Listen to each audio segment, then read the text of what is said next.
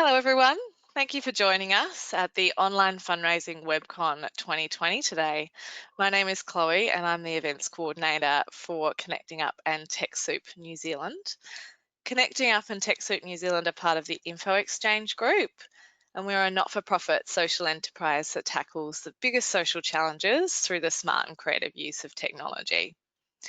Now, we really hope you enjoy your day today and make the most of having these engaging fundraising experts at your disposal for the rest of the day. So we encourage you today to ask lots of questions in the questions box that you'll find in your GoToWebinar control panel, so that we can have a dynamic event with lots of information sharing today. And today's agenda is going to help you decide whether digital fundraising is right for you and your organisation, and give you some tips on how to get started and strategically plan for success today as well.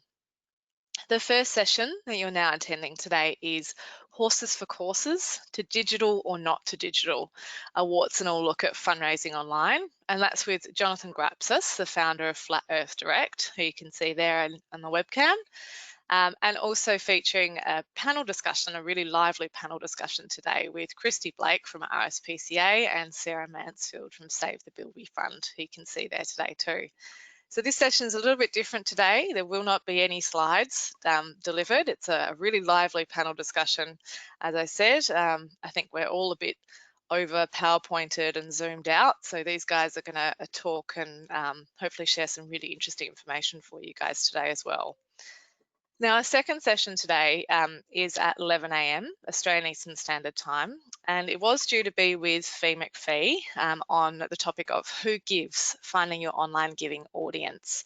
Now, unfortunately, Fee got in touch with me in the early hours of this morning, and she's been called away to quite a serious family emergency, and we're really sorry for this and thinking of Fee at the moment.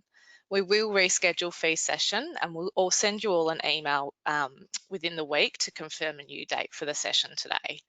And we'll also send a recording out of this session as well to anyone who cannot attend live too. Now, so in Fee's place today at 11 o'clock, we'll now be hearing from Gavin Coopey, who's the Director of More Insight.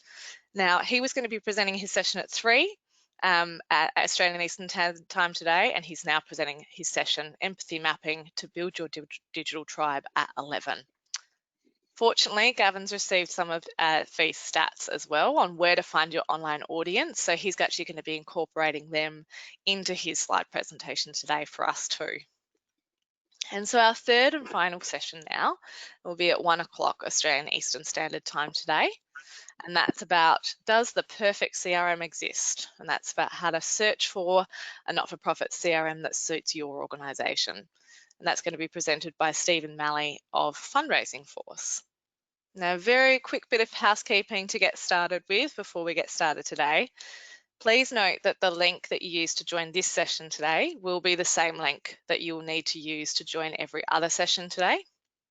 The GoToWebinar panel will close after every session to allow for the next speaker to prepare and set up for their session.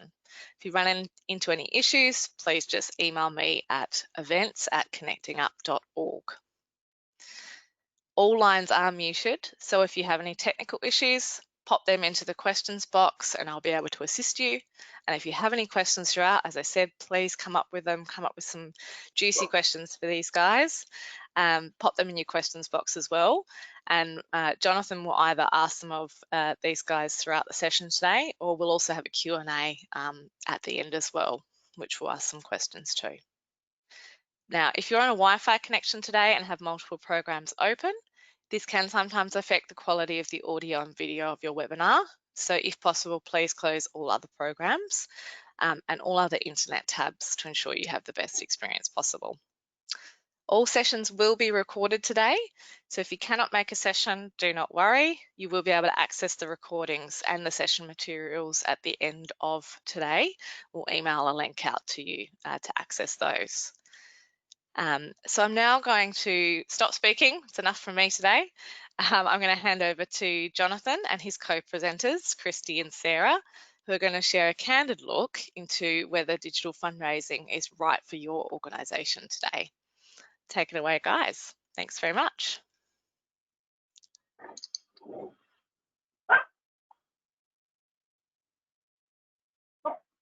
Jono?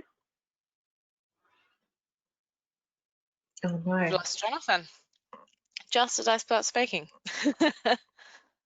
I know, he's been here all the time and now he disappears at the crucial moment.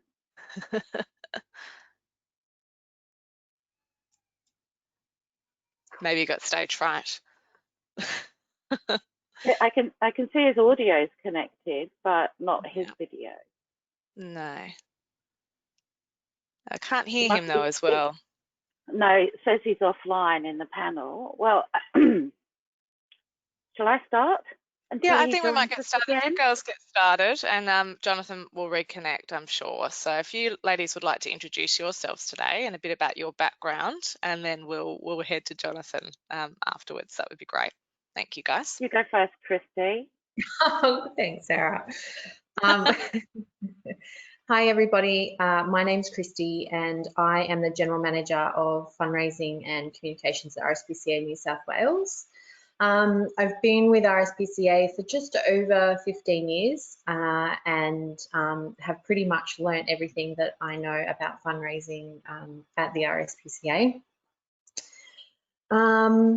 Yeah, what else can I tell you about myself? Over to you, Sarah. Okay, fine.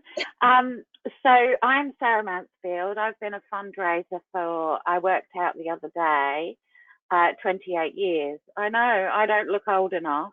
But I actually work as a senior consultant for Flat Earth Direct, which is run by the currently absent Jono. And I'm also head of fundraising and communications for Save the Bilby Fund. And I guess as we go through this session today, I'll talk a little bit about how that happened.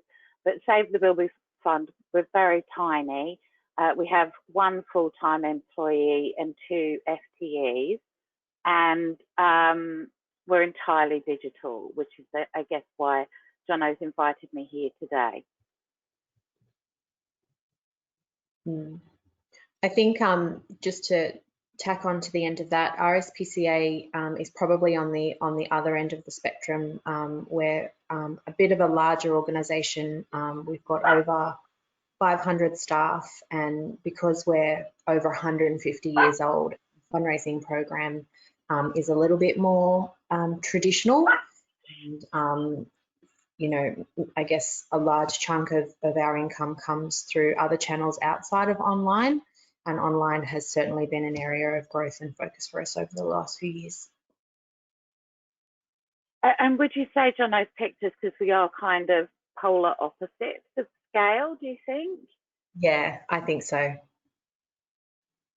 So I know what Jono wanted to cover today is focusing on sort of how you fundraise, especially digitally, during a crisis. And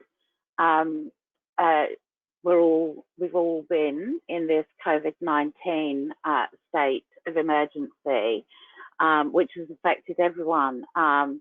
And I guess today also what we want to look at is examples of where it's right to stay the course and when it's right to adapt or pivot, and what worked for us all and what didn't work, and I guess what we would do differently next time around. So I know that we wanted to start talking with you, Christy, because your organisation has just been back-to-back in crisis management, starting off at the beginning of this year with the absolutely terrible bushfires, which really, I know, had a profound effect on your organisation and many people in your community. So can you take us back to that bushfire season and your organisation's response? Yeah, absolutely. So we at Rspca, I think we feel, and probably like a fair number of charities, we feel like we've been operating in crisis mode for 6 months now.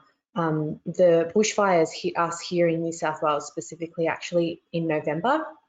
So that was when the first big bushfires happened in the northern parts of New South Wales. And being an enforcement agency in New South Wales, we're part of the official state emergency activation plan. So when the bushfires hit up north, we were activated as an agency, and our inspectors, vets and animal handling staff were dispatched to the different areas to roll out emergency relief for wildlife, stock and companion animals. So we had staff on the ground immediately, and it's pretty much as soon as we were activated and we had staff in the ground, we also had our supporters. It's almost like, you know, as soon as it happens, they know that they need to give before we start asking them. So we really quickly had to get something up off the ground to provide people with a pathway to donate specifically to our bushfire relief effort. We also had to ensure that we got all of our messaging right in terms of where we were at, what we were doing and how we were assisting the animals, because they're often the most common questions that we get is what are you doing with supporting local communities and how are you helping the animals? So, you know, whilst one hand of the organisation is trying to work through all of the government red tape and all of, I guess, the formal logistics that happen when a state emergency kicks off, we're also trying to field queries from our donors and supporters. So we realised really early on in the piece that this was bigger than a disaster that we'd ever had to deal with in recent times, and we really needed to get on the front foot with our comms to, you know, save people having to ask us what we were doing. So that was probably one of the first things that we had to coordinate. I guess the silver lining in having to get that sorted back in November was little did we know that come January, we would be hit by an even bigger wave of disaster down in the southern parts of New South Wales, which would impact us even more. So because we'd had all of that time in November to plan and sort of get ourselves set up and, you know, get donation forms online stood up and, you know, our Facebook strategy and our donor thank you receiving journey comms, we were able to sort of stand that up again really quickly in January when it happened all over again. So in January, and the other challenge with that was it all happened in the first 2 weeks of January. So New Year's Eve, you know, the entire fundraising team was online trying to coordinate the mammoth effort. I think the biggest lesson for us in that was how quickly it all snowballed, you know, and charities like Wires were really impacted in terms of the mammoth amount of generosity that was coming out internationally, and we saw that ourselves. I mean, when Jennifer Aniston tweets a link to your organisation's donation page, and then Ryan Reynolds and Jake Gyllenhaal, Hugh Jackman, you kind of realise, okay, this is serious, and we're going to start to get flooded with offers for support. And we also really had to work out how we were going to field all of the other offers. So obviously a lot of people open their wallets and generously donate funds, but there's a lot of other people out there that you know, want to support you in other ways. So we were getting a lot of requests from people in regards to, you know, I own a trucking company. Can I come and donate my trucks to you and transport, you know, products from one location to another? Or I have a storage warehouse, or I have paddocks that I could adjust people's animals. So for us, it was really, we were scrambling to try and then work out how we could facilitate and accept people's donations, because it's not, you know, you don't want to turn people's generosity away regardless of what type it is. So it was really trying to work our way through that, whilst also work with the real life impact of the fires and how that was affecting our staff, in terms of, we had staff that personally lived in the areas that were decimated by bushfires. and we had staff that spent weeks and weeks and weeks on the front line doing some pretty horrific work. So trying to juggle that with a team that, you know, received the same amount of donations in the space of 5 days that we do over the space of 12 months online, that had a really big impact for us operationally, which is, it sounds really boring, but it actually is something that you don't realise until you're in the thick of it.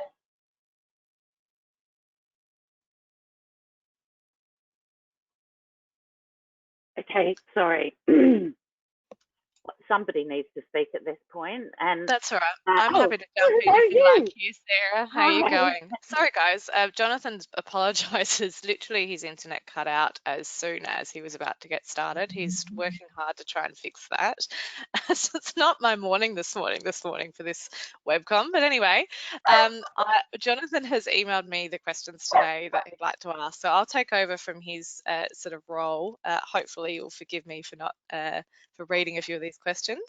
And let you guys start getting into the dynamics of this conversation as well. So I think that's a really great overview there, Christy. You talk about, you know, sort of having to respond quite quickly and really adapt to this situation. What have you learned in terms of, you know, about crisis response, about team culture, performance, coming out of this? About, I guess you guys were lucky enough probably to have a fundraising platform ready to go, but what have you learned from this experience? Yeah, I think there were quite a few things that we learnt. So we learnt that we needed to, you know, if those fires hadn't happened in November, let's say, come January, we wouldn't have been anywhere near as prepared as we were to get the simple things up, like, you know, donation forms and receipts and, you know, all of those sorts of back end things to provide people the right pathway to give. We knew that we really quickly needed to have a dedicated blog set up to be able to provide people with the information that we could link social posts to and capitalize on search terms, etc. So that was a big focus for our comms team. Thankfully, before the fires hit, we launched a big internal communications platform at Rspca, and we now use Workplace by Facebook. And that was a bit of a blessing for us because it meant that we had staff that were, you know, down in the most southern parts of New South Wales that had been hit, and they were able to do live broadcasts for our staff. They were able to post photos and videos real life, because the biggest challenge, which I'm sure everybody knows, is getting that content. And when you're a really big organisation and you know, you're spread out, it's, you know, it can be quite a stuffy process. So having a platform internally that we use to communicate through internally really allowed us to speed up getting our hands on that content, those videos, those photos, those testimonies, so that we could use that in our you know, post-donation comms, in our donation asks, in our interviews with the media. You know, we were getting smashed by the media in terms of requests for interviews and where are you at, what are you doing, how are you spending the money, you know, and we all saw what happens. As night follows day, an emergency disaster happens and then the charities get slammed because, you know, they're not doing enough, or what are they doing with the money that's been donated to them. So being able to get our hands on that real life content really quickly did make our life a lot easier, and we were able to prepare, I guess, all of the other things that you need to have when you're trying to keep up online and keep your audience online engaged and informed.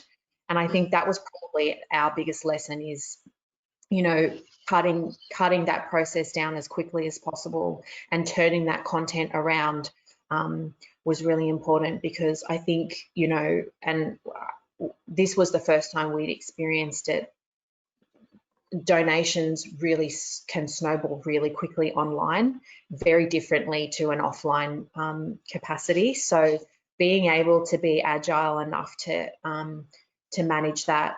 And, you know, I touched on it before, we got over 48,000 individual gifts in a space of 5 days at Rspca New South Wales, and that's what we would normally achieve in the space of 12 months. So the team size that we have to deal with that amount spread over 12 months, that has real impacts. It has impacts on staff, but we were more cognizant of the impact that could have on the donor experience in terms of how quickly they were hearing from us again in terms of what their donation was doing. So we very early on set up a 4-pillar impact plan that our organisation worked towards in terms of how we were going to spend the money that had been given to us, and we referred back to that at every point. So we were always able to keep our donors up to date with what we were doing. And I think that was probably our biggest priority, was making sure that we were incredibly transparent with how we were spending the money that people had so generously donated to us. We made sure that we had, the blog was updated. We had a big map that we kept live in terms of, you could see where all of our staff were and what parts of the state had been decimated by fire and where we had been, how many people we had supported, how many requests for help we'd received in the different areas. So we're really trying to be proactive and transparent in regards to not only how much was being support was required of our organisation, but how much we were able to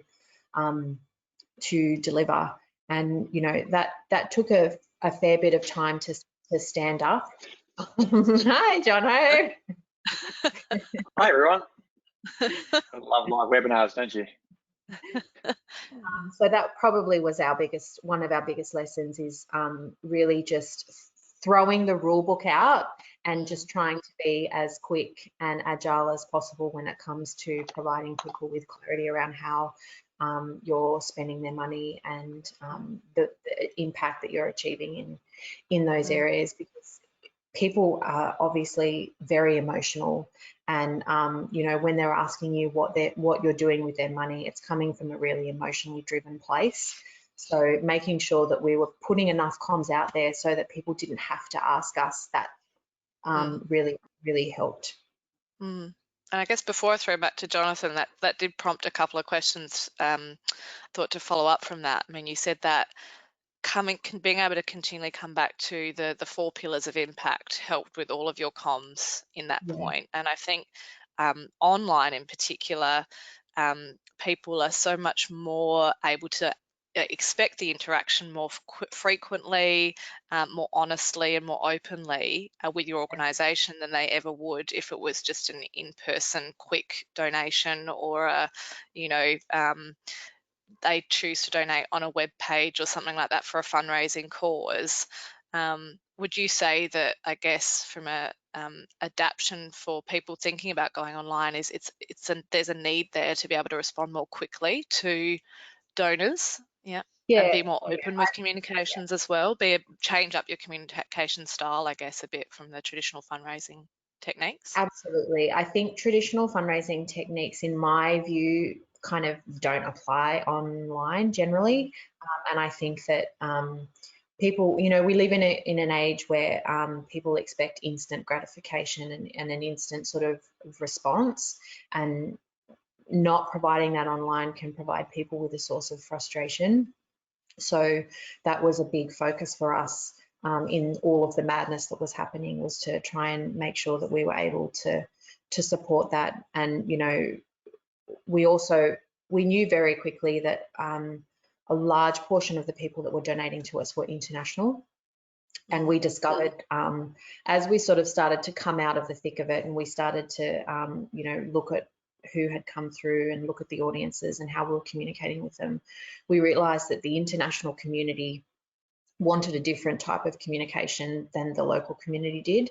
So, you know, our kind of local supporters were probably wanted a little bit more from us in regards to how we were making their donation work for the bushfire affected communities, as opposed to the international people that had supported, who were probably a little bit more hands-off, because they responded in a very, you know, kind of, they saw it in Times Square, or their celebrity tweeted a bunch of charity links of who they could help, and they liked animals, so they clicked us. So the connection wasn't as strong as it was for some of our local supporters. So yeah, that has really helped us tailor our post bushfire comms and how we've treated them in terms of, you know, we've tried a few things. We've, you know, COVID turned all of our bushfire thank you events to become online. So we've done quite a few online thank you events for donors and to try and sort of demonstrate to them the impact that we had once we had wrapped up all of our bushfire relief work. And the international community definitely was the least engaged of all of the groups for us. That's really interesting. Was there any sort of other fundraising lessons that you've learned from this that you can sort of share with us? Yep. Yeah, don't take annual leave in January because it's a waste of time. So yeah, that was a big lesson that we all learned. Nice. In all seriousness, I think for us it was literally, we kind of had to just, there are a couple of times where we had to pull ourselves back and go, okay, we need to stop thinking about how we operate in a normal environment and, you know, what our normal kind of expectation or process would be, and just throw that away. And we've got to adapt to the current situation that we're in, the demands that are being put on our organisation from all different areas, and, you know, what is required of us, not only as an organisation in regards to emergency response, but as a fundraising organisation, what the people that are generously donating to us in time of crisis, what they need from us now. And, you know, all of our kind of old processes and normal ways of doing things were just, they were sort of dragging us down. So, yeah, I think that was our big lesson, was to really unshackle yourself from kind of your traditional ways of thinking. And that doesn't mean that you need to go rogue or kind of lose your fundraising principles, but it does mean that you really need to think creatively about what you're trying to deliver and how you can deliver it and stand it up really quickly. And, yeah.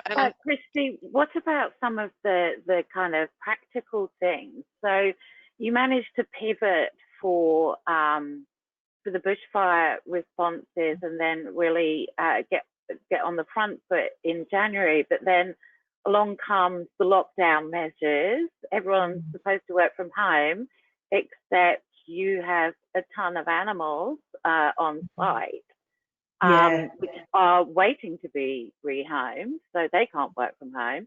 And you had a ton of offline thank you events, as you mentioned, stacked up, and never mind the events that you do for fundraising, which are also offline.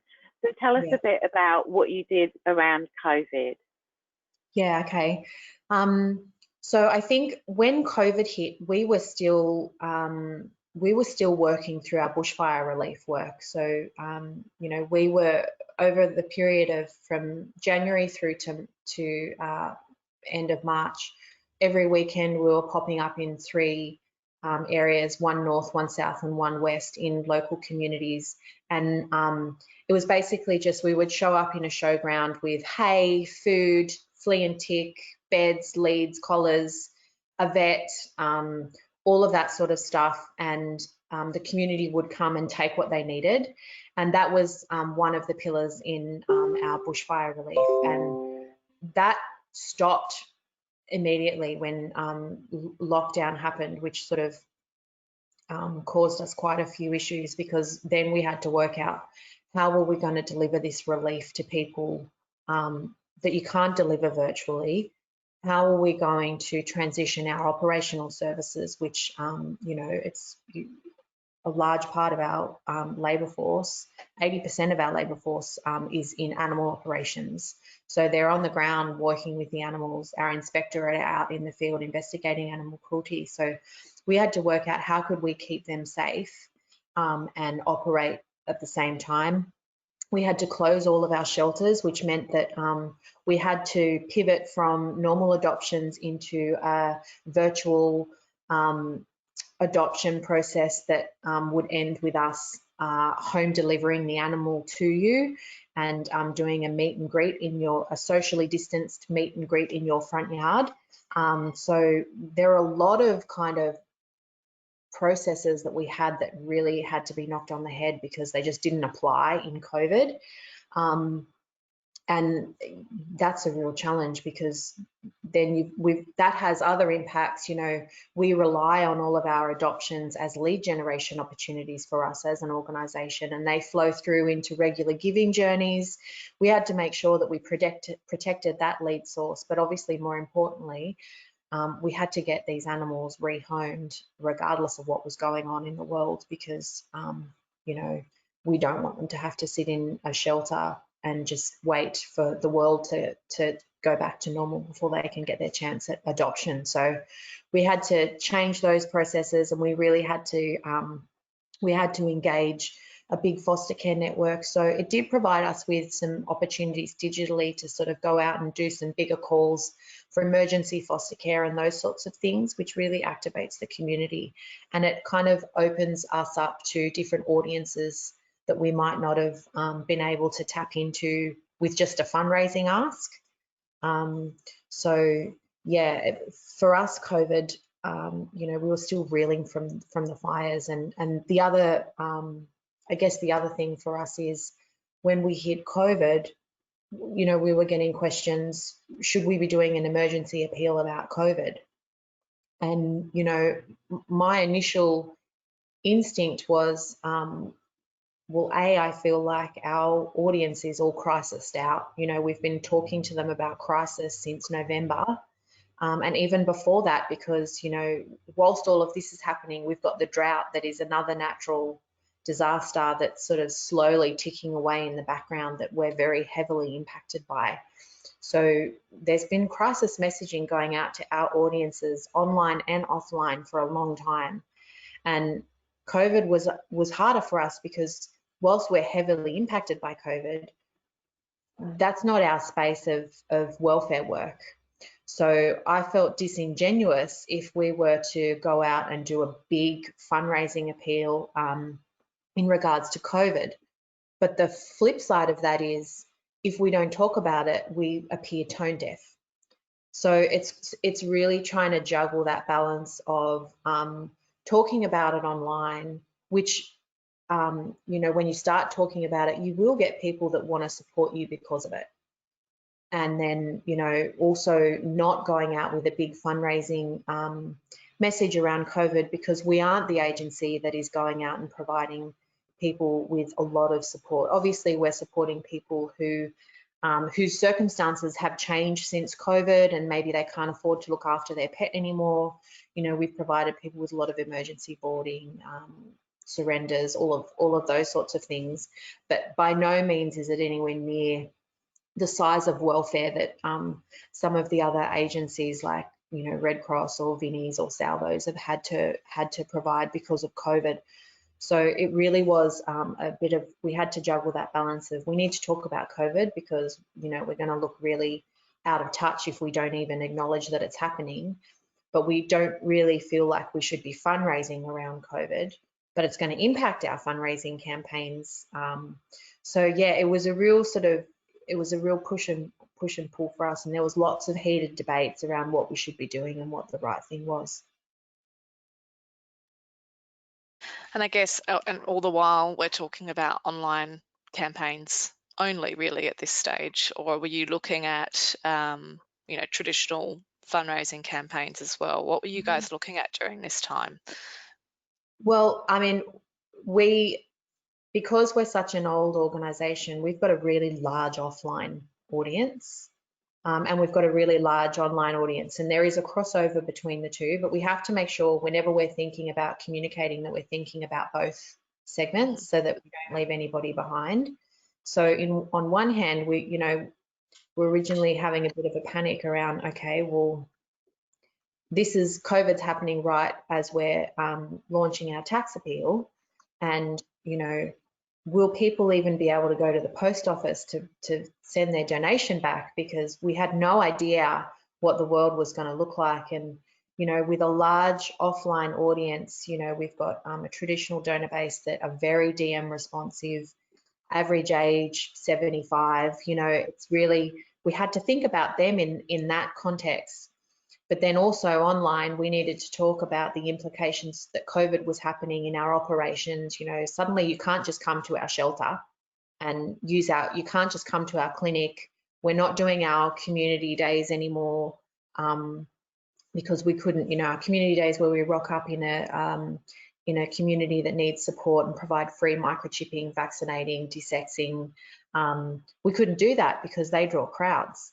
So all of these big operational norms that we had all been blown up, and we had to talk about that to people and find that balance between talking about them and talking about it and informing them about what's changing and how we're being impacted by COVID, but not really sort of provide people with the impression that we needed them, that we needed them to give to us as an emergency because of COVID, because we're not providing that welfare relief that COVID required. Do you know what I mean? It was really kind of that balance of making sure that our messaging was really clear so that people weren't misunderstanding why we're asking them to support us. And I think it's also, and not forgetting those two audiences, I think is really important there too. You know, not forgetting that offline audience when so much more activity is starting to happen online.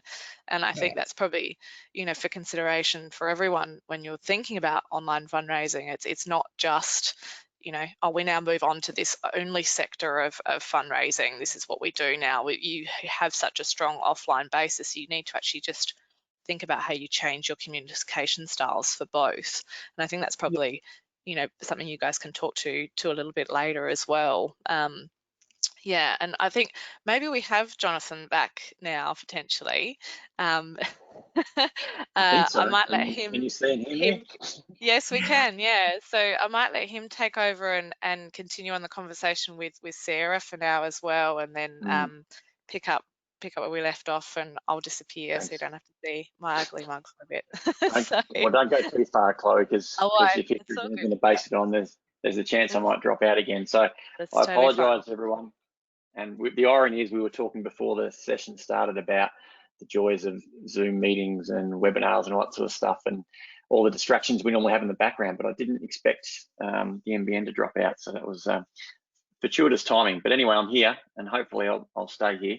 And I hope I haven't disrupted everyone too much, but thanks Chloe and Sarah, I think, for hosting in my absence. So yeah, Christy, I know, has kind of talked about some of the challenges and opportunities they faced in the last 6 months, but I think we might sort of segue just for a little bit to talk to Sarah, because obviously, and I don't know, Sarah, whether you actually got to introduce yourself properly and save the Bilby Fund, probably not.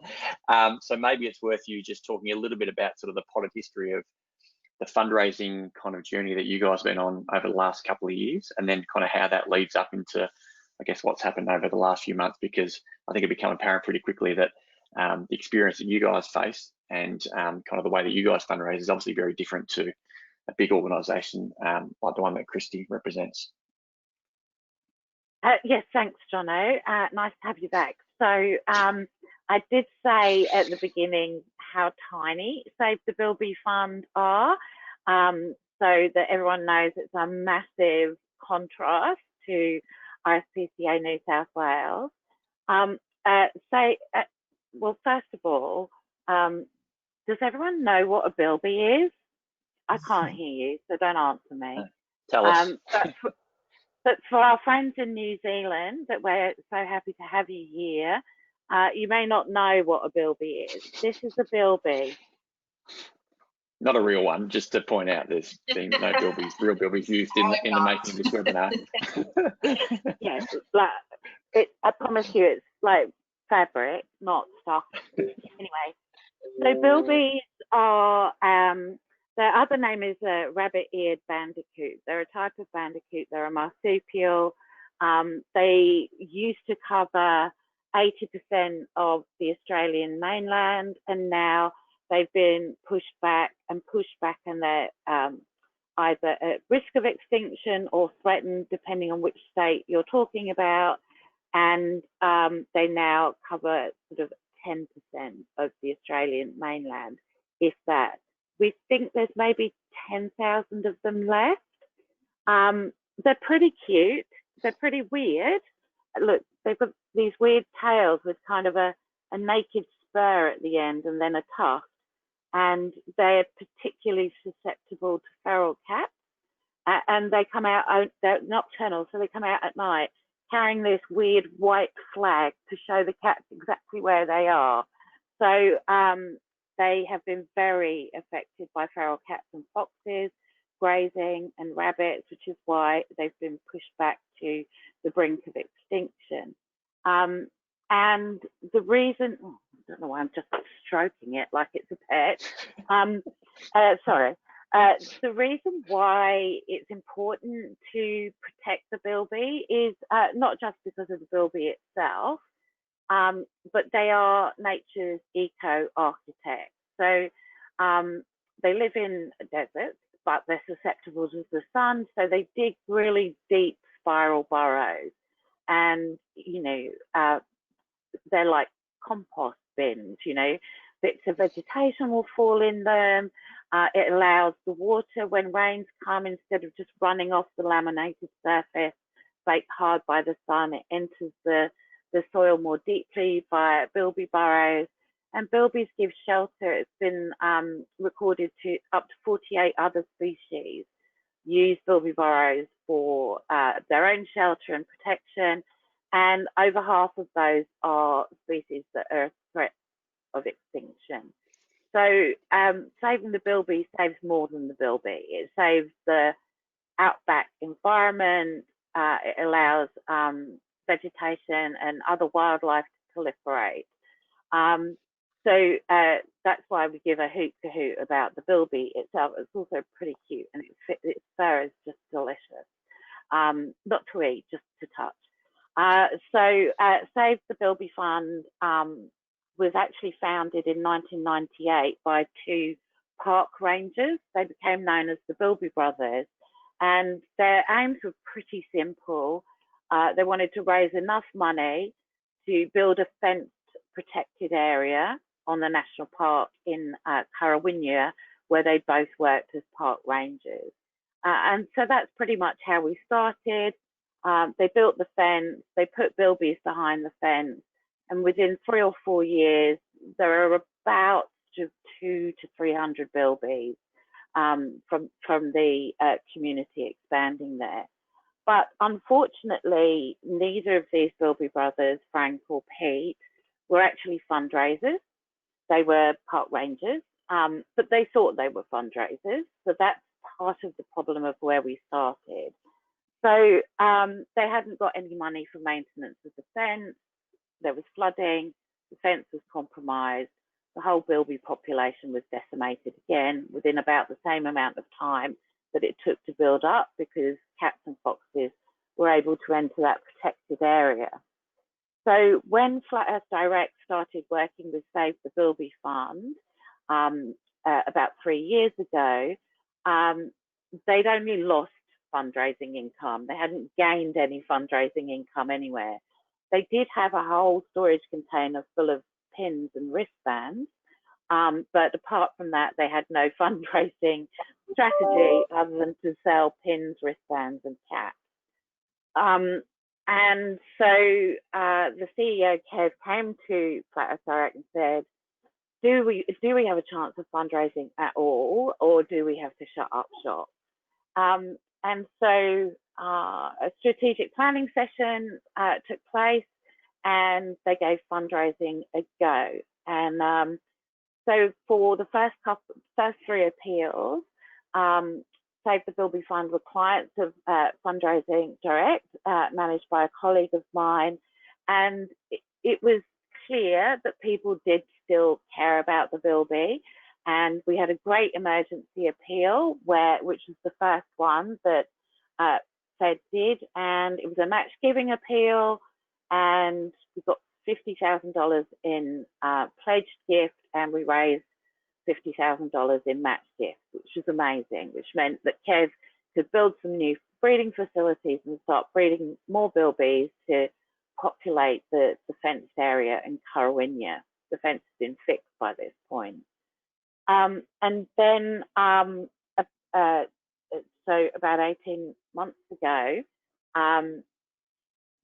Rspca suggested a campaign to Save the Bilby Fund to highlight the fact that we'd lost so many income streams, and one of the key income streams was Cadbury making Bilby chocolates at Easter.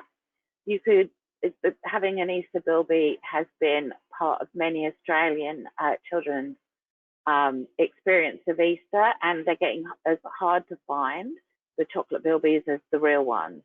And Cadbury stopped making them, citing lack of demand. And so we were suggested by Fed to do a petition asking Cadbury don't dump the Bilby, and to continue supporting this little native Aussie battler. And that petition went really well, and it got us a number of regular givers as well as cash gifts. But as I mentioned at the beginning, Save the Bilby Fund was just Kev, who's out wrangling bilbies in the middle of Australia. Kat, who works part-time on the husbandry, she's a vet. And there's Peggy, who works part-time on admin. And there was no one really to run that campaign. So Jono suggested I jump in and do it, because I'd already started working with them a little bit, and then they stuck me in, and I've never left since. So I now work part-time, like all my life. I work all the time for them. And so that's, so Sarah, can I just... Yeah, go on, sorry. Yeah.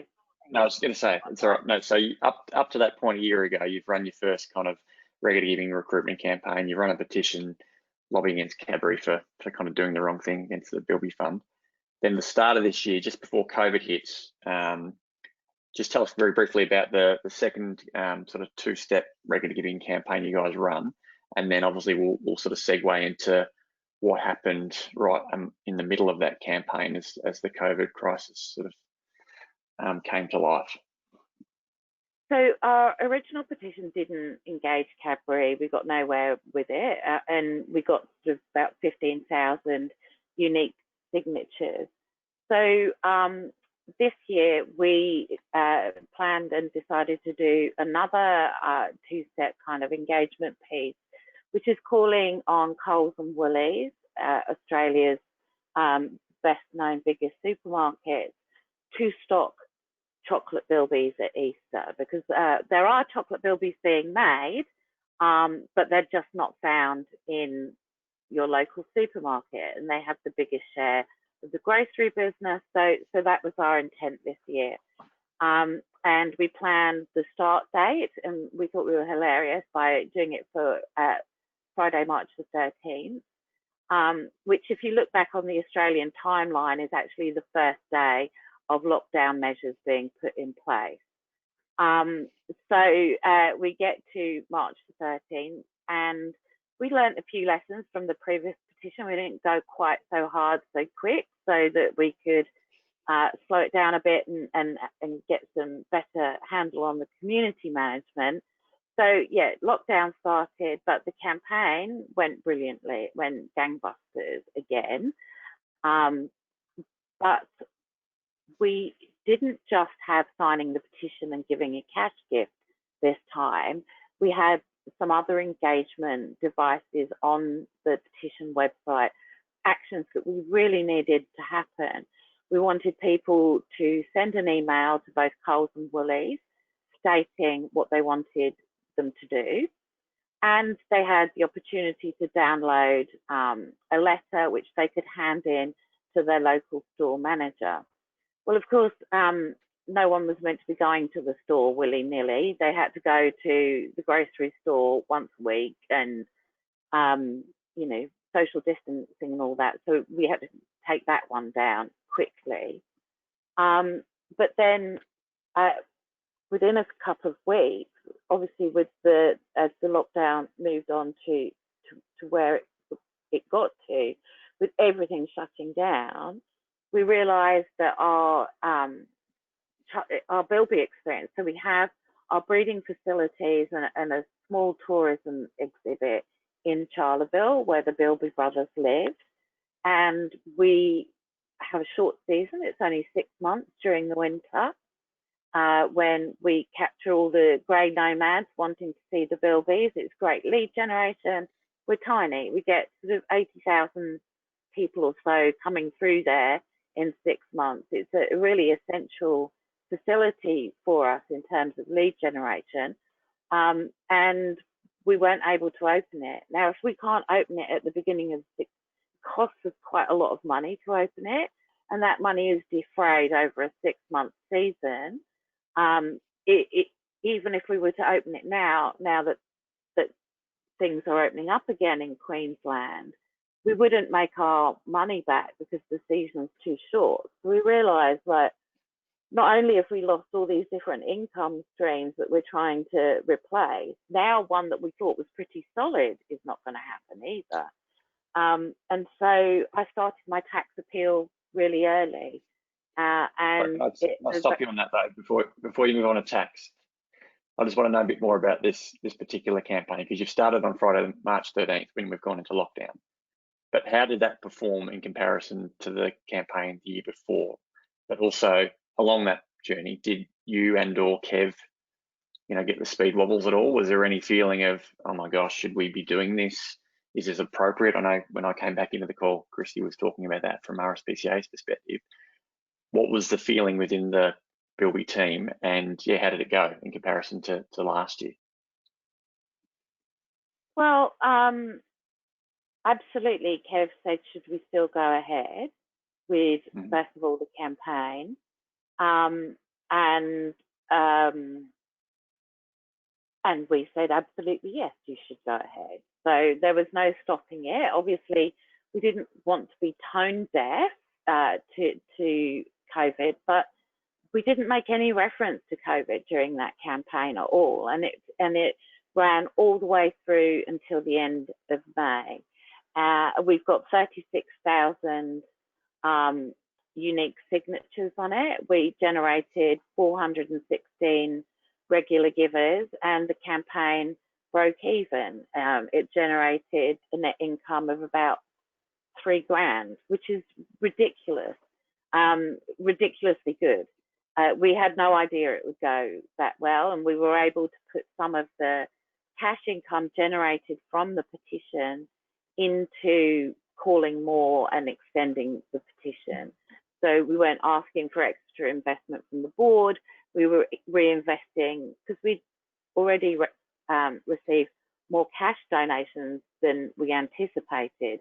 So I convinced Kev to just plough that back in and to continue with the petition and the calling. So that went brilliantly, and he was very happy with that. The other speed wobble that he and the board had, though, was about asking when everyone's in lockdown for a donation to Bilby's during COVID-19 measures. So I guess so the justification for that was going back to the earlier story you told about essentially the Bilby Fund was going to be in a hole of $80,000 to $100,000 because of the Bilby experience being closed. So was that essentially the case for support when you led into what was the next campaign, which was your tax/emergency appeal? Yes, so we started our tax early with, and we kept the two things quite separate. So we were using social media to generate leads for the petition and encourage petition signers. So we kept the social media there and focused that on the Bilby's Not Bunnies petition for Coles and Woolies. But we already had a number of supporters that give to our online appeals. So they'd had, at the beginning of the campaign, the opportunity to sign the petition, but we went out fairly early on, much more, so in March, much earlier than I would normally start my tax appeal. And my first email was, did you know that Bilby's are affected by COVID-19? And it was all talking about how we would be losing $116,000 in income by not being able to open the Charleville Bilby experience this year. And, you know, we're working so hard just to stand still all the time. Every time we get ahead, something else smashes us. So could people help cover the loss that we're going to have from that? So just to clarify as well, because I don't know if we got to this earlier, but your appeals program, as you're talking about, is exclusively digital. So it's all pretty much generated via email and social media, whereas Christy and the Rspca New South Wales team, their appeals program is predominantly direct mail driven, supported by digital, and obviously a long-standing, mature program, whereas yours has been around, Sarah, for best part of sort of 2.5 years or so. So did that make it easier for you guys, and in terms of then adapting that in a lot of what was happening? Is that question to me? Yeah. Sorry, to you. Yeah, like the board's not really very on the ball, so I just have to convince Kev of the merits of a particular action, and once I've convinced him, he'll back me all the way. And he's, every time I speak to him, he's more convincible than the last time, because we've got a track record of being successful. And he's appreciative of the science of fundraising. And yes, his first question was, how can we ask people to give money to bilbies when they're losing their jobs and they're on JobKeeper? And it's, the answer's simple. It doesn't affect every single person. And our supporters, yes, some are affected, but there are many who aren't, which is clear by the response to our tax appeal. So just tell us a little bit about that then, in terms of, I guess, two parts. One is the people that you've been talking to through the Bilbies Not Bunnies campaign, how did they then subsequently respond to your tax appeal? And how did your tax appeal perform to a traditional tax bill, i.e. the 2019 tax bill? Better, worse, about the same? Yeah, so forgive me, I listen to the side because I'm terrible at keeping numbers in my head. So I've got some prepared ready. So last year's tax appeal generated $112,000. The previous year's tax appeal was $60,000. So you can see that that some of those Don't Dump the Bilby people went into last year's tax appeal, and it did pretty well. But then this year's tax appeal generated $161,000. And we had 1,533 donations. A lot of those were double, triple, and quadruple donations. People gave to every email. And then we were able to get some match giving in at the end as well. So one of our donors rang us and said, I'll give you $20,000 if you tell everyone I'll match their gift, because he wanted to use it to get people to give more, not just dump it in the pot. I mean, when does that happen? And so we had, like I say, 1,533 donations so far to tax. And of those, 938 of them were recruited in the Bilbies Not Bunnies petition earlier this year. And of those 938, 116, this was their second gift because they'd already given once to the petition. So, yeah, I'm pretty pleased with that. Incredible.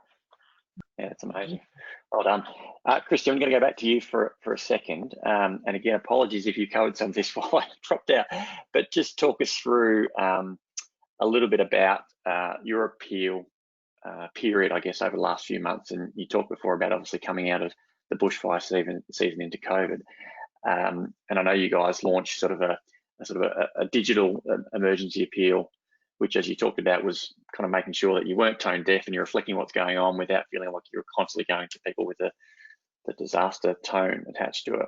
But then tell us about that, and also then leading into tax, how your tax appeal performed, given that, as you said, a lot of these people had been asked to support disasters over the last 6 months. Yeah. So, well, the first appeal that we had to sort of tweak slightly was our Christmas appeal, actually, because that was sort of, I guess, overshadowed by bushfires. So we had to change tack slightly there, given the bushfire scenario and the messaging that had to be adapted. And then when we moved into, we moved from bushfires into, well, you know, we did a big bushfire campaign. We sort of had to almost scrap the end of our Christmas plans and just move straight into a bushfire emergency plan, which isn't ideal. You know, our organisation, it costs us $55 million a year to run our operation in New South Wales, and you know, our appeals, we rely heavily on those for our operational budget. So having to turn that off to then run a tied fund campaign, you know, which was necessary because of the amount of work that we were doing in bushfires, really sort of did have some impacts on us. So we really needed our tax appeal to win, and then enter COVID. And, you know, we were originally, like I mentioned earlier, we were originally freaking out about, oh God, post offices are going to be closed, and 70% of our donors that give offline aren't going to be able to send their check back. So, which thankfully didn't happen. And our tax appeal actually has outperformed our appeal last year in terms of donors given and the amount raised. So at last check, and I'm not as prepared as Sarah, I don't have my tax results in front of me, I'm sorry, I've got everything else but that. But at last count, our tax appeal was just sitting over 720,000 K. Last year, I believe we had raised just over 550. And we had a significant uplift this year in online giving. So we still haven't worked out what that is in response to and why.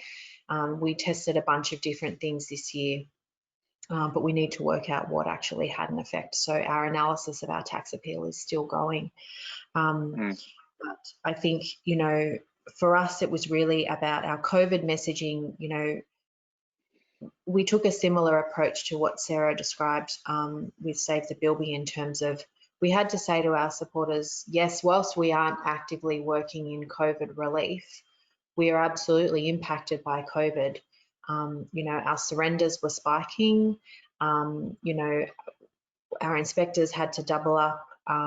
Trying to investigate an animal cruelty complaint in a socially distanced capacity is near impossible. You know, how to deliver adoptions, you know, that required a lot more vehicles on the road, a lot more staff. You know, it's nowhere, home delivery adoptions is nowhere near as efficient as just having an open facility for people to come to you. So our resources were being drained a lot more heavily. So we talked about that, and we did have a lot of people that responded to us to support us through COVID in our COVID relief work, our COVID appeal, and then we moved into tax. But we wanted to make sure that we gave our supporters respite from crisis messaging, because, you know, we'd been talking to them specifically about crisis really since January, and, you know, kind of everybody was over it by the time we were well into COVID. And I think the other thing that we noticed online is our unsubscribes spiked. And I think that was because people were just so overwhelmed with the amount of emails they were getting. You know, we originally, you know, we've got our fundraising digital plans, plus we've got our donor retention journeys, depending on sort of what segment they are. And we had to tweak all of them because we were noticing that we were seeing a huge spike in unsubscribes, which we really wanted to curb. Because that's a really great way for us to retain our donors, in particular our regular givers.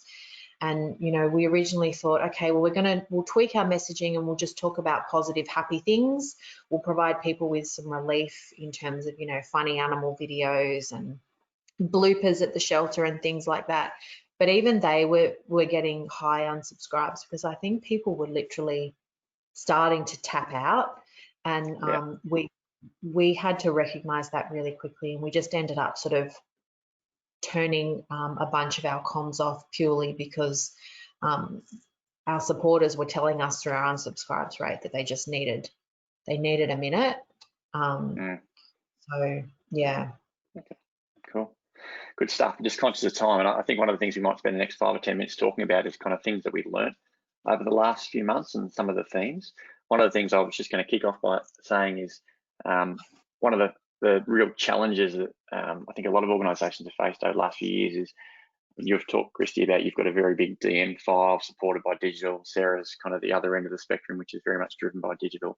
And a lot of our clients are very much trying to strike a balance between the two to prepare themselves for in 5 or 10 years' time when more people are kind of moving across to giving online.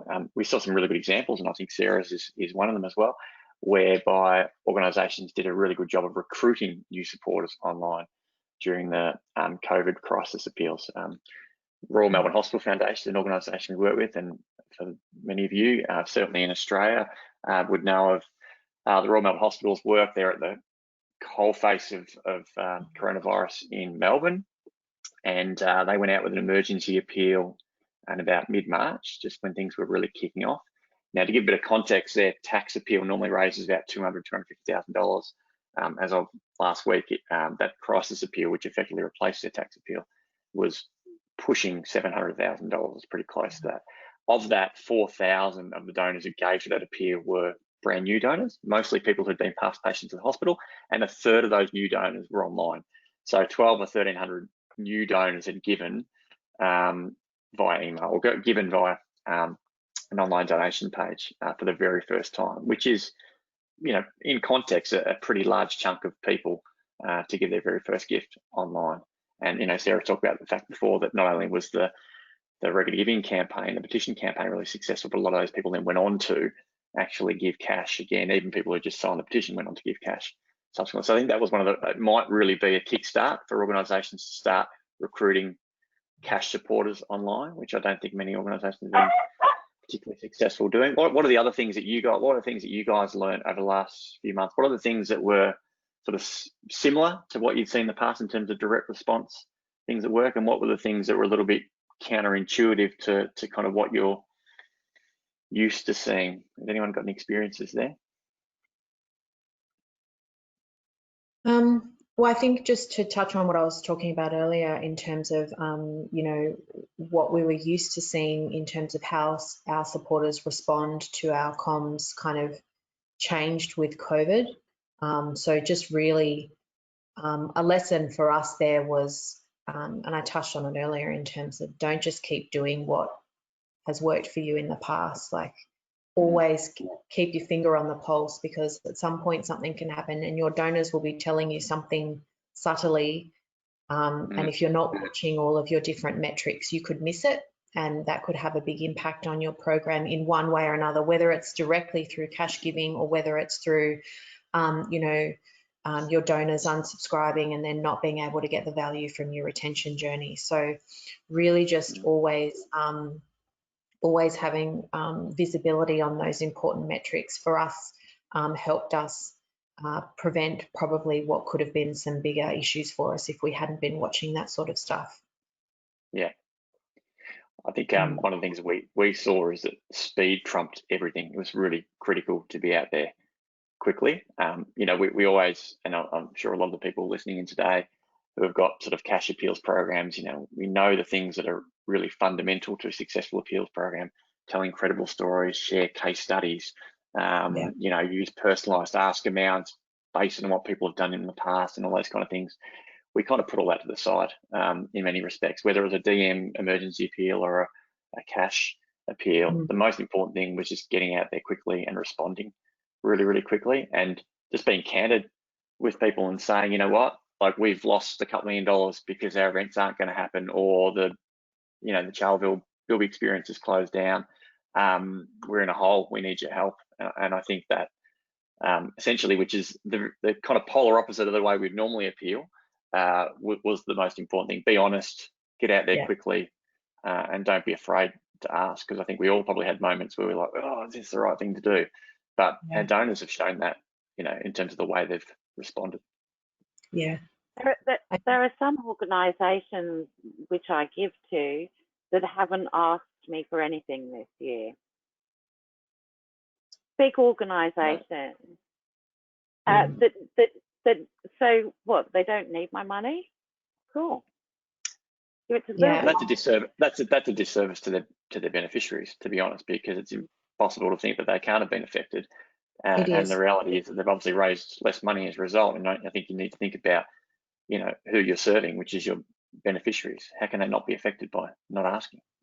And I think also don't make decisions for your donors. So by choosing not to ask them, you're then making the assumption that they don't want to donate to you. So I think if you, you know, and that's something that, because we did sort of waver a little bit, and there was some conversations around the table about, is it in poor taste if we go out and ask people to help us look after these animals when they've just lost their job and da da da da.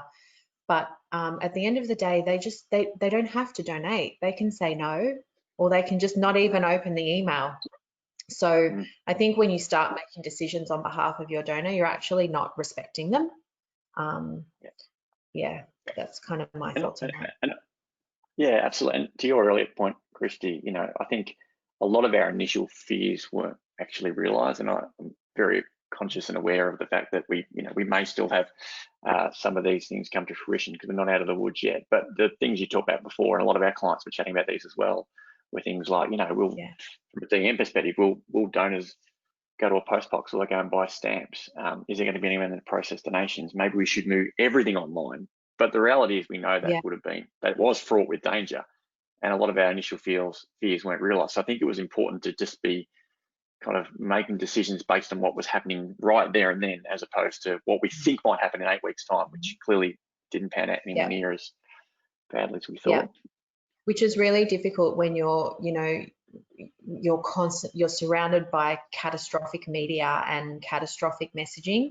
So it's really, and as you're leading a team, it's really important to sort of try and pull their heads out of what might happen, as you said, Jono, into, well, what is happening now and how can we respond to actual facts as opposed to what you just read in the Daily Telly, or, you know, it's I think that's a big part of leading a fundraising program. Yeah, I think one of the things we also noticed is we work with a lot of creative partners that work in different parts of the world, in particular the UK. And I think it's really easy to be caught up in what is happening in other countries, but you just need to focus on what's happening right here in front of you. And at the moment, we know that what's happening right here in front of us in different states, you know, obviously I'm in Queensland, Sarah's in Queensland, you're in New South Wales, and now obviously our friends and colleagues in Victoria is very different. But we had copywriters writing copy for us that are in the UK, and the way and the tone of what they were kind of writing was not really reflective of what was happening here in Australia. Obviously, very different situation. So I think you've just got to be very conscious of your local environment and knowing your area, your state, your country, and so forth. Because just because it's happening over here doesn't mean it's going to happen here. Yeah, absolutely. I'm also conscious of time, and I believe Chloe is going to join us in a minute as we start to open up to questions. I can see one question that's come through from Tara, who's asked, there's a couple of questions within this. Would you say that the back-end systems like automated donor responses, impact plans, social media campaigns would be the most important factor to look at when establishing your fundraising plan? And what are the issues with old ways of thinking when it comes to fundraising strategy? I might just kick off with that first part of that question, Tara. When you talk about the most important factor looking at when establishing your fundraising plan, I'll kind of go back to the title of this session, which is about horses for courses. And I think if you look at the two examples that Sarah and Christy have shared, they couldn't be more different in many respects. I mean, there's some common themes and lessons from what these guys have experienced over the last 6 months. But Christy, you know, works for an organisation that's got a very long, mature program that's heavily reliant on traditional means of events and direct mail and receiving gifts and wills. And Sarah's is at the other end of the spectrum, which is very much in its infancy. It's almost exclusively driven online, doesn't receive bequests at this point in time, and so forth. And I think it's very much about what's right for you. Like when we started working the Bilby Fund 3 years ago, clearly at that point we were not going to be recommending setting up a direct mail program for an organisation that only turned over a few $100,000 a year. It's expensive, it's hard work, it's risky, and it just didn't feel right for the Bilby Fund. It felt like it was a cause and an ask that was very much going to be working online, which I think is proving to be the case. So I think a lot of it's about environmental factors and who you are. And the second part of your question was around what are the problems with the old ways of thinking when it comes to online fundraising. I think if I can answer that in a slightly different way, and I don't know if you guys have a view on this, it's probably more about old ways of thinking in a crisis more than about online fundraising, because as I said before, you know, some of the stuff that I'd learned as a fundraiser over a long period of time, which was about tell stories and repeat it, and you know, a letter should be as long as it needs to be, and you know, make sure it's based on what someone's given in the past. We just completely threw that out the window. It was very much about go out quickly, just be really candid, don't worry if you get stuff wrong, adapt quickly, and all those kind of things, which was completely counterintuitive for me as a fundraiser to what we normally talk to our clients about. So I think it was just about being really flexible and realizing that just because you've learned all that stuff over a number of years doesn't mean that you don't need to change. Yeah, and I think it really depends on the work your organisation does as well. I mean, one of our biggest lessons out of particularly the bushfire experience was that we as an organisation and as a fundraising team weren't as prepared as we should be to respond in a crisis. So you know, that's been our biggest lesson and takeaway and what we're working to now. But that's only because our mission as an organisation, our role is that if there is a big crisis like a bushfire or, you know, a flood or whatever that may be, we're activated as an organisation and we're directly impacted. So we need to be prepared for that sort of stuff. But if we were a different type of organisation, that might not be so relevant and the need might not be as great. So I think, as Jono said, it's horses for courses. It really does come down to the type of service your organisation is delivering, and at what point, if there is a crisis, at what point could your organisation be pulled in or not at all? Yep.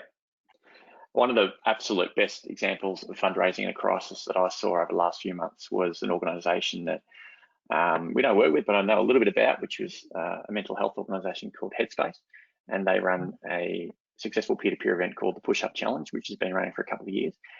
And just watching what they did from a distance was just inspiring. So they normally run the event around June, July every year at the 3-week peer-to-peer event where they ask people to do 3,000 push-ups. They actually made a conscious decision to bring the event forward to May when the COVID crisis kicked off for a couple of reasons. I think one is they realised, you think about it, people were home, they're in isolation, they had the capacity to be able to do this because you don't need anything other than a flat surface to do push-ups. And I think more importantly, they realised that, you know what, they had a duty to their beneficiaries to make the most of that situation, and people living with mental health. I mean, let's think about what is going to be the ongoing kind of, I guess, wash up from this crisis is the mental health of Australians and New Zealanders. And so they decided that actually to maximise that event, they'd actually bring it forward. And they went from raising $2.5 million in 2019 to $5.1 million this year, which I think is just incredible. Really brave decision, really strong leadership, and I'm just blown away by that. And I think if every organisation adapted that mentality, and a lot did, but if everyone did, that would be a real boon for our sector. Hey, Chloe. Hey, I'm jumping in. We're getting a couple of questions coming through, so I thought I'd jump in and ask them for you guys. Whoever wants to answer these is up to you. I've got a great question from Rebecca.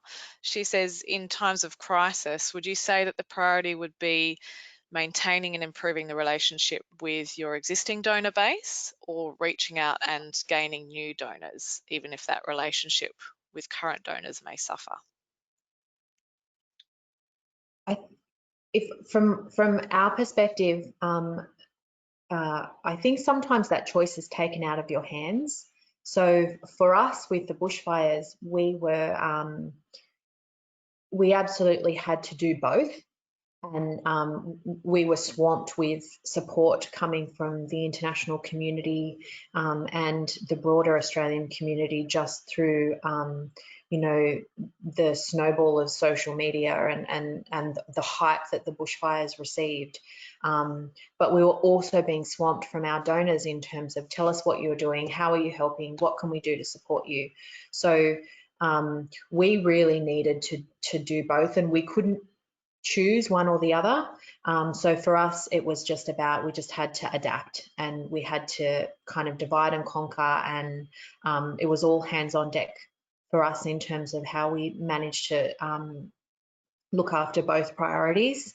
Because, you know, as a fundraiser, and I don't want this to sound crass, but you see opportunities everywhere in terms of, you know, oh, this is a new source of leads. How can we make sure that we capitalize on those leads so that we set ourselves up for success down the track? Or this is a great opportunity to engage our lapsed donors, or this is a great one for actives. So I think it's important to really try and look at it holistically, and, you know, one shouldn't come at the cost of another. Yeah. Yeah, I agree. And I think the short answer is it depends. But in a lot of instances, it was both. I mean, clearly a lot of the examples we're talking about today, Chloe, are very much about existing donors and how they really sort of stood up and supported us. And I touched before on an example with Royal Melbourne Hospital, who've had a huge amount of success recruiting new supporters throughout this, which was a bit of a byproduct of just going out there and asking as many people as possible to give. But another little anecdote I'll share was with a hospital foundation that we work with up here in Brisbane. And they had some acquisition planned around that time, about May time. And like everyone, you know, you kind of have those questions, oh, is it the right time you're going out and asking people to give for the first time? Well, I'm glad they did, because not only did it do incredibly well and better than their previous acquisition campaign, they actually had one donor who gave a $100,000 gift to that acquisition campaign. Somebody had been touched. The story that we talked about in that campaign really touched that particular donor who'd lost his daughter to breast cancer, which was what the pack was about, and gave $100,000 and has subsequently given another six-figure gift since then. So you kind of ask yourself, well, if you'd put, you know, if you'd sat on your hands and thought, well, it's not right to do it, we should stop all that activity, that relationship with that donor has already given a huge amount of money, may not have ever happened. So, you know, it's always if you need the money genuinely and you're going to put it to good use, there's always a good time to ask. Great. I've got another question here from Sally. She asks around the question of, if you're acquiring all these new online donors, particularly, I guess we're talking about things like Facebook fundraising pages or things like that. What are, you know, your next steps? What would you recommend are the next steps from here? You know, as you said, we're over crisised, and sometimes we're over talking about that. How do you keep these people engaged now on your other causes and what you're doing post COVID? What are the next steps for both of you moving on from here with these newly acquired donors? Well, Sarah, from Save the Bilby perspective, our kind of ongoing conversation with new and existing supporters is to tell them exactly what we're doing and exactly what we need. You've got the postie again, Jono, he's knocking on your window. I will continue to tell them of our tiny organisation and what we're up to, and keep in touch with them. They're able to call us and email us at any time. Everyone feels like they know our CEO personally, whether they're new or whether they've been with us a while, because of the tone of voice that Save the Bilby Fund use. So it's, you know, loving our donors. In fact, we call them Bilby lovers. So we love our Bilby lovers. Chris, did you have anything to add? Yeah, we I think of the 46,000 gifts we received for bushfire, 85% of them were new donors. And I think something like, of those new donors, something like 70-odd% of them were international. So for us, that was a really big kind of, we needed to do a bit of discovery on that data, because what we've discovered is that the international donors aren't anywhere, because we're you know, we're a local organisation in terms of we look after animals in New South Wales and make impact in New South Wales. So recognising how we can engage some of those international donors, and knowing that a lot of them would have given specifically because it was a bushfire response.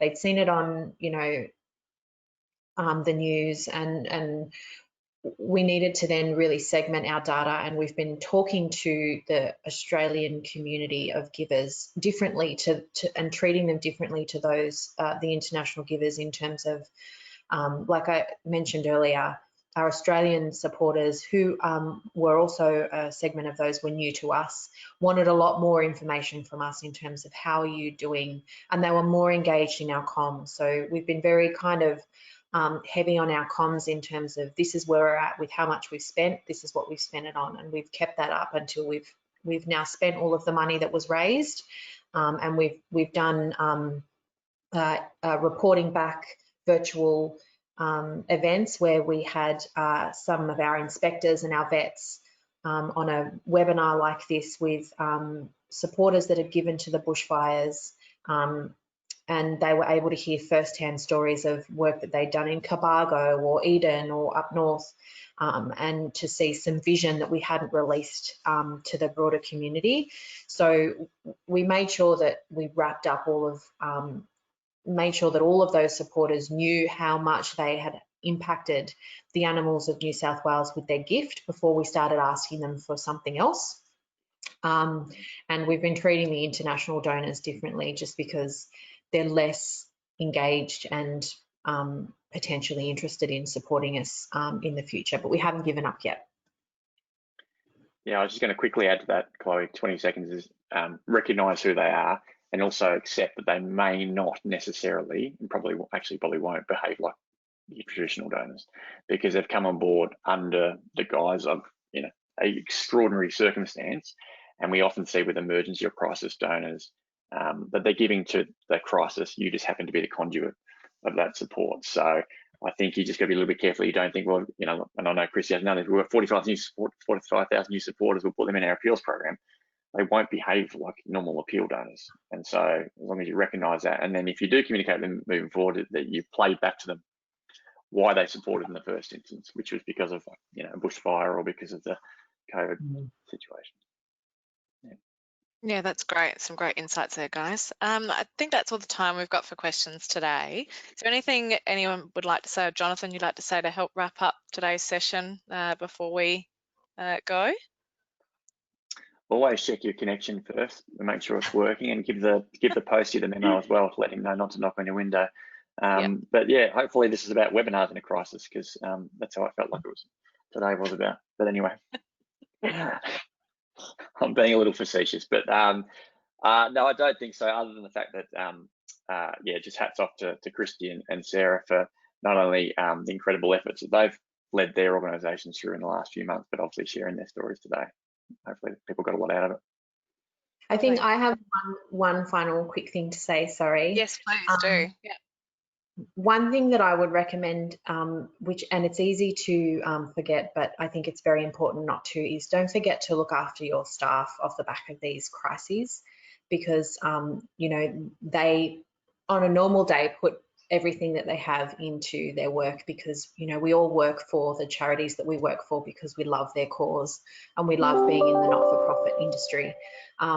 And, you know, when you have to turn that dial up because we're in a crisis, that can have a lot of impact on your staff. So recognizing that, and whatever you need to do to support your staff in the, you know, aftermath of crisis fundraising, I think it's important not to be forgotten. Yeah. Well said. Definitely, really well said. I think that's a really great point. Well, thank you, Jonathan, Sarah, and Christy, for today and for today's discussion. I think you've both, Sarah and Christy, highlighted some really unique situations from both a small organisation to a large one about how that online fundraising environment is a new world to explore, but also to not forget some of your traditional donors in the process as well, and how to adapt, particularly in a time of crisis, and be responsive as well. So thank you everyone for joining us for this first session today. Hopefully we won't have as many tech issues in the second session today. And I will now be closing the session. So you will be taken to a survey from today's session that we'd really greatly appreciate you completing. And you'll need to use the same join link to join the next session, which will start at 5 minutes before, we'll open it up 5 minutes before 11 a.m. Australian Eastern Standard Time, or 1 o'clock New Zealand Standard Time for our New Zealanders there. So thank you again for being with us. Thank you, Christy. Thank you, Sarah. Thank you, Jonathan. We'll see you guys all soon. And I hope you all enjoy the rest of your day. Thank you, guys. Bye-bye. Bye.